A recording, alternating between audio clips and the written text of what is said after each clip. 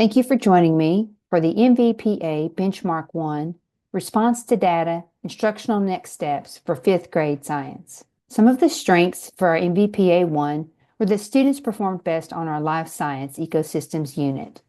They did especially well on LS.5.1.1 and 5.1.2, knowing the types of ecosystems and roles of organisms within the ecosystem. The student scores are consistent across the DOK levels. Students performed better on level 1 than on 2, and better on 2 than on level 3. Stamina in general did not seem to be an issue, as this was our first MVPA for science and had 30 questions. Our students do need more opportunities to practice identifying mass as parts compared to wholes.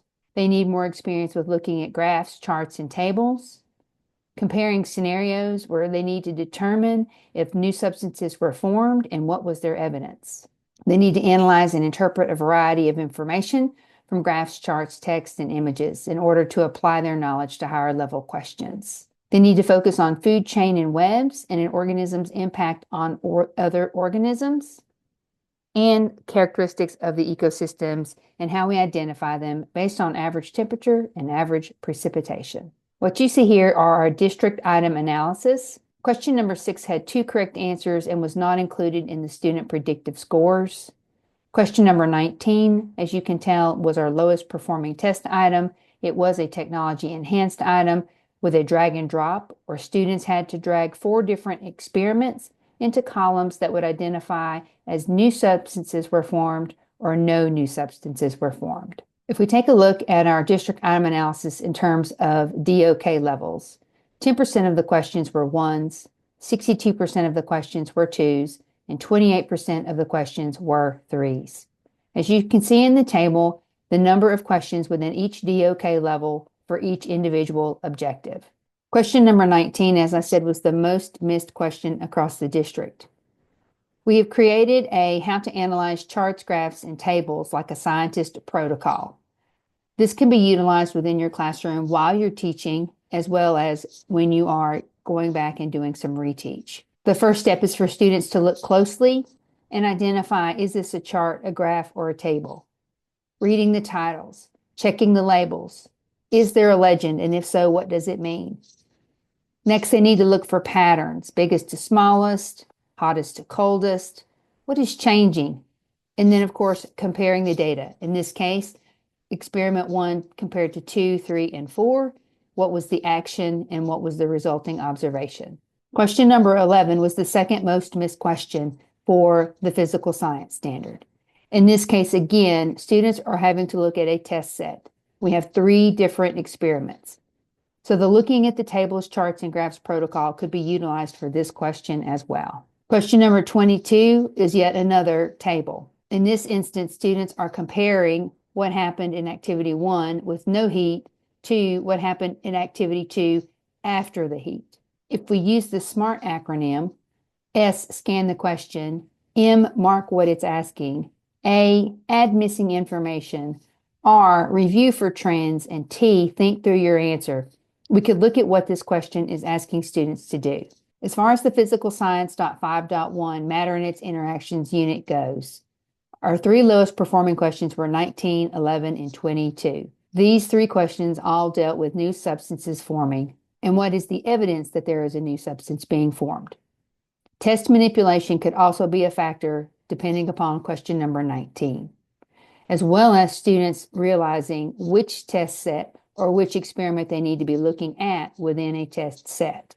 Question number 10 was the most missed question for our life sciences, ecosystems, interactions, energy, and dynamics standard. Students could use the analyze charts, graphs, and tables like a scientist protocol for this one as well. Question 20 was the second most missed question.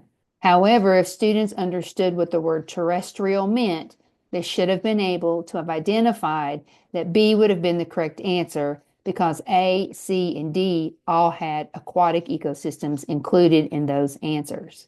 And number 9 was the third most missed question for our life science ecosystems unit. In this case, again, they could be utilizing the analyze charts, graphs, and tables like a scientist protocol. Across the district, 10, 20, and 9 were our 3 lowest. However, notice that even those were our three lowest, all three of those questions were still at 50% or better. The content and skills the students needed to answer these questions: knowing what is the purpose of a food chain or web. What do the directions mean? What happens to organisms within a food chain as other organisms increase or decrease, and their impact? What would happen if we introduce a new organism into an existing food chain or web? And then finally, what are those characteristics of our different ecosystems that we have studied, both aquatic and terrestrial? Let's experience and identify and interpret type question. Step one would be to identify what I see. We did this type of protocol within the weather unit, where we looked at data and charts, and students were supposed to state what I see about the data and chart, and then what it means. This is exactly this protocol. Interpreting what it means. You're going to interpret the meaning of each what I see comment by writing a what it means comment. Again, they do not have to interpret the entire graph or figure. They are only trying to interpret the what I see comments that they made in the first place. Let's take a look at a sample test question. This was not on our MVPA. The first thing I notice are 4 different experiments. I see 4 experiments. Experiments 2 and 4 have balloons on top of the test tubes. Experiments 1 and 2 have bubbles. And experiment 4 has something in the bottom of the test tube.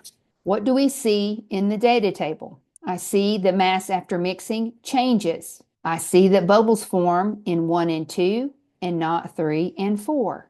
What would this all mean? How does using the identify and interpret routine instead of only going over the test question lead to student re-engagement? Focuses on student thinking, not just the answers. Promotes active participation. Builds analytical and critical thinking skills, all of which transfer to our MVPA questions. And it addresses misconceptions. You will know immediately what students see and what they think it means. And finally, it encourages metacognition. Now it's time for you to create a plan. What are your resources to help create a plan for re-engagement? You can use the response to benchmark and core instruction crosswalk, which identifies the lessons that align to the MVPA questions, the end of unit assessment questions, and then the re-engagement extension lessons that support these particular standards and objectives. We've created a charts, graphs, and tables protocol that you can use moving forward. Linked in this benchmark and core instruction crosswalk are also the ML support guides for Unit 1 and Unit 3. On the 5th grade Science Matters slide deck, you can also find these documents for Units 2 and Units 4. Also, some of the school performance areas have created study guides and exit tickets that you can utilize for reteach or review. Thank you for joining me.